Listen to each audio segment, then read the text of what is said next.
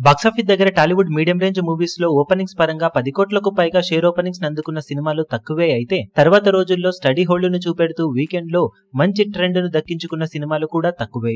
Present tyre 2 హీరోల పరంగా రెండవ రోజున బాక్సాఫీస్ దగ్గర మంచి హోల్డ్ ను చూపెడుతూ సాలిడ్ షేర్ అందుకున్న సినిమాలలో ఈ ఇయర్ వచ్చిన మూవీస్ లో యువసామర టక్కినేని నాగచైతన్య నటించిన తండేల్ మూవీ రెండవ రోజు టాలీవుడ్ మీడియం రేంజ్ మూవీస్ లో రికార్డు కొట్టింది. ఆ రికార్డు కలెక్షన్స్ ని తర్వాత వచ్చిన నేచురల్ స్టార్ నాని నటించిన హిట్ 3 మూవీ సమ్మర్ లో రిలీజ్ అయిన డే 2 అందుకోలేకపోయింది.